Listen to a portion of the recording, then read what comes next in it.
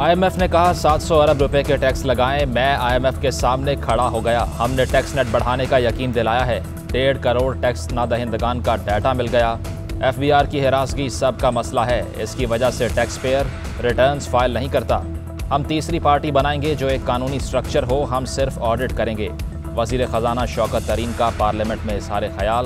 कहा mobile phone की 5 minute से ज़ायद कॉल पर 75 पैसे टैक्स होगा। इंटरनेट और SMS पर कोई टैक्स आयद नहीं। डेयरी मसनूआत पर लगा टैक्स वापस ले लिया। आटे और इसकी अशिया पर भी कोई टैक्स नहीं लगाया जाएगा। हुकूमत का 1000 cc तक गाड़ियों पर टैक्स में भी कमी का ऐलान।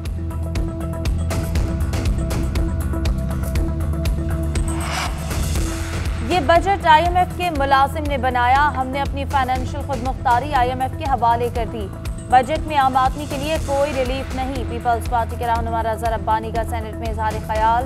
मुशाहिद हुसैन सैयद ने कहा कि काबीना का मोटरवेज और एयरपोर्ट्स को गिरवी रखने का फैसला खौफनाक है।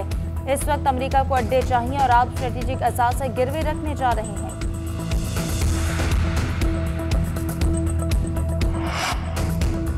जुलाई में कोरोना की चौथी लहर का खदशा। सरबरा NCOC असद उमर कहते हैं SOPs पर अमल दरामद और वैक्सीनेशन ना हुई तो कोरोना हमलावर हो सकता है।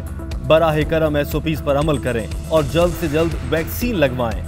NCOC ने बैरून मुल्क जाने वालों को फाइजर वैक्सीन लगाने की इजाजत दे दी। नई गाइडलाइंस जारी।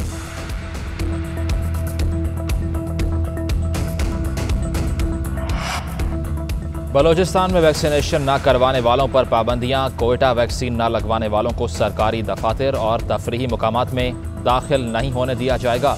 बैंक्स, शॉपिंग मॉल्स और पब्लिक ट्रांसपोर्ट में भी एंट्री नहीं मिलेगी। शादी हॉल्स में भी बगैर वैक्सीनेशन कार्ड मेहमानों को आने की इजाज़त नहीं होगी। इंतज़ामिया ने नई हिदायत जारी कर दी।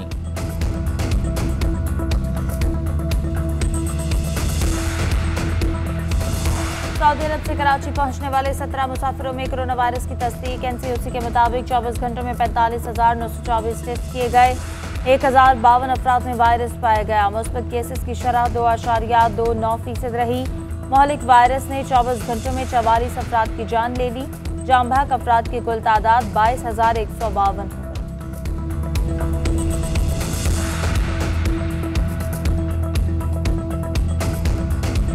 सिब्बी के इलाके संगन में दहशतगर्दों का FC की पेट्रोलिंग पार्टी पर हमला। 5 जवान शहीद हो गए।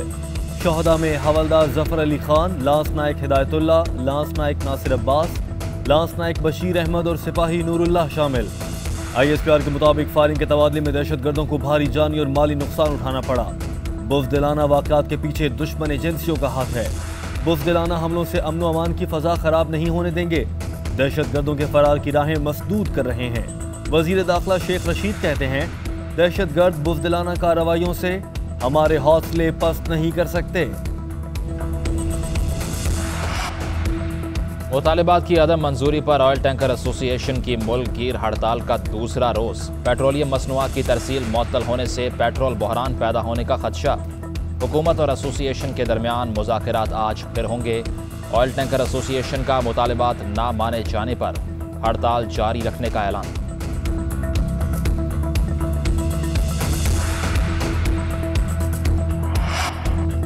हुकूमत पेट्रोल का मसनूई बहरान पैदा करने वालों के खिलाफ सख्त कार्रवाई करे। बहरान से पैसा बनाने वाली कंपनियों से रकम वसूल की जाएगी। लाहौर हाई कोर्ट का हुक्म। चीफ जस्टिस कासिम खान ने रिमार्क्स दिए कि वफाकी हुकूमत पेट्रोलियम कमीशन की तजावीज़ पर अमल दरामद यकीनी बनाए। ऑयल स्टोरेज की कम से कम मिकदार को बरकरार रखा जाए।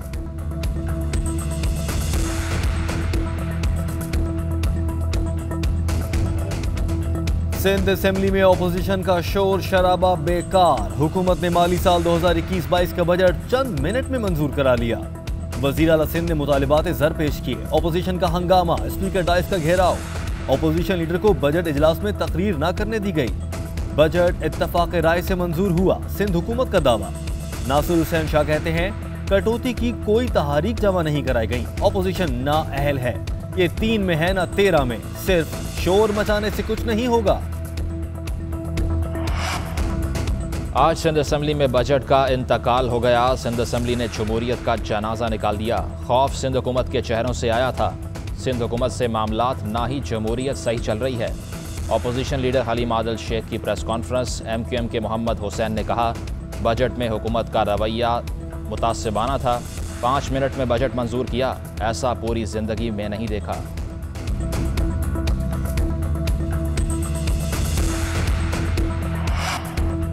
वज़ीर-ए-आज़म इमरान खान से डिप्टी स्पीकर कासिम सूरी की मुलाकात, मौसर कानून साजी और बजट के अमूर पर गुफ्तगू। वज़ीर-ए-आज़म से सिंध से ताल्लुक़ रखने वाले अरकान कौमी और सूबाई असम्बली भी मिले। शाह महमूद कुरैशी, फहमीदा मिर्जा भी मुलाकात करने वालों में शामिल। सिंध की सियासी सूरत हाल, वफाक की जानिब से जारी तरक्याती मंसूबों पर गुफ्तगू।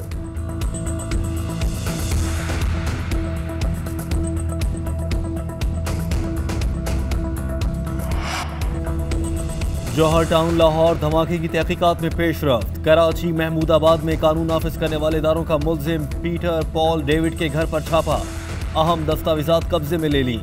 इब्तदाई तहकीकात के मुताबिक मुल्जिम बहरीन में स्क्रैप और होटल का काम करता था। 1.5 माह पहले कराची पहुंचा। मुल्जिम ने 3 बार लाहौर का दौरा किया। मजमूई तौर पर 27 रोज लाहौर में मुकीम रहा। मुल्जिम के लाहौर में क़याम के दौरान मुख्तलिफ अफराद से राब्तों के शवाहिद भी मिल गए। धमाका रिमोट कंट्रोल से करने के शवाहिद भी मिले। बारूदी मवाद मकान के बाहर खड़ी गाड़ी में नस्ब किया गया था। धमाके से 12 गाड़ियां मुतासिर हुईं। हसास इदारों की रिपोर्ट। मेडिकल तालिबा आसमा रानी कत्ल केस के मरकजी मुल्जिम मुजाहिदुल्लाह अफरीदी को सजाए मौत सुना दी गई। पेशावर की सेशन कोर्ट ने फैसला सुना दिया। सिक्योरिटी खदशात के पेश नज़र फैसला सेंट्रल जेल के अंदर सुनाया गया। अदालत का 2 मुल्जिमान सदीकुल्लाह और शाहजेब को बरी करने का हुक्म। आसमा रानी को शादी से इनकार पर 2018 में कत्ल किया गया था। मरकजी मुल्जिम मुजाहिदुल्लाह अफरीदी को खैबर पख्तूनख्वा पुलिस ने इंटरपोल के जरिए UAE से गिरफ्तार किया। लाहौर में मदरसे के तालिब इल्म से बदफेली का केस, मुल्जिम अजीजुर रहमान के जिस्मानी रिमांड में 3 रोज की तौसीक कर दी गई। पुलिस ने तफ्तीश के लिए 14 रोज का रिमांड की इस्तदा की थी।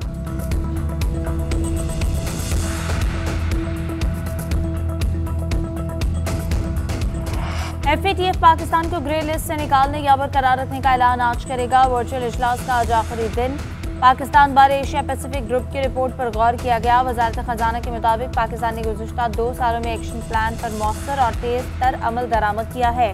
पाकिस्तान की कारकर्दगी को बैनुल अक़वामी बरादरी ने भी सराहा है।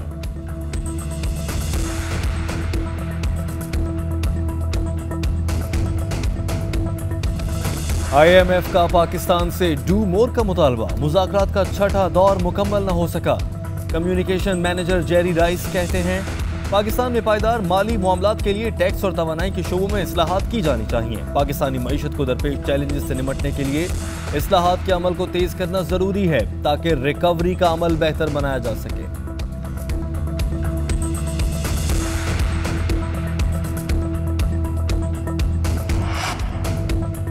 अमरीकी सदर जो बाइडन आज अफगान सदर अशरफ गनी और अब्दुल्ला से मिलेंगे। अफगानिस्तान से अमरीकी अफवाज की वापसी पर तबादला ख्याल किया जाएगा।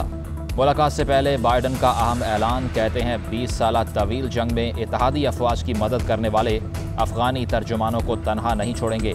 वाइट हाउस के मुताबिक सदर बाइडन अशरफ गनी और अब्दुल्ला को मुत्तहिद रहने पर जोर देंगे और वो अफगान अमन मुआहदे के लिए अमरीकी हिमायत की तौसीक करेंगे।